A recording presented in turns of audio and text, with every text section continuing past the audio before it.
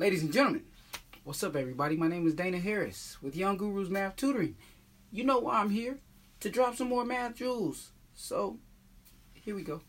I'm continuing my series. This is the final video in my series on inequalities. And this is going to show you how to solve special inequalities. Alright, there's two special types. And just like with the equations, you had some that had no solution, you had some that had infinitely many solutions. So this is going to be that type of video. Let's go ahead and get into the examples.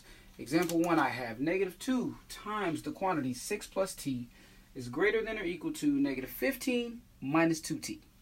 Alright, I need to distribute first. DP, are you with me? I always say that to my students. DP, distributed property. Okay. Alright, it was corny. -2 times 6 is -12.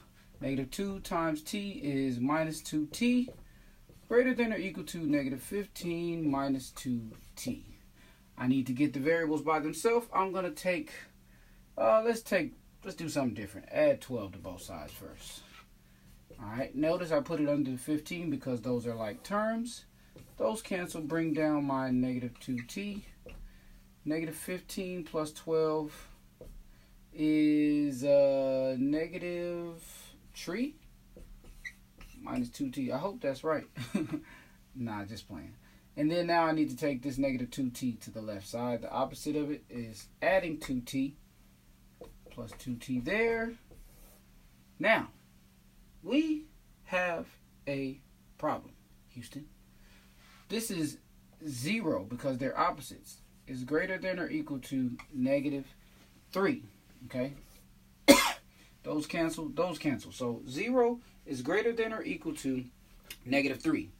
That is a true statement. And since my variable is now gone, this is a true statement. So this tells me that my solution is all real. That's the symbol for real numbers. So all real numbers. So that tells me that I can put any number in this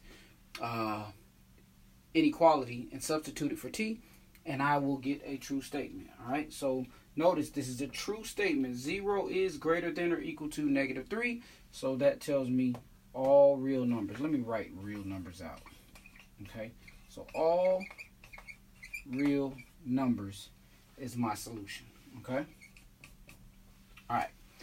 Now, in example 2, we're going to see something a little different. We still need to distribute 2 to the n minus 8, so I get 2n minus 16 is greater than 16 plus 2n.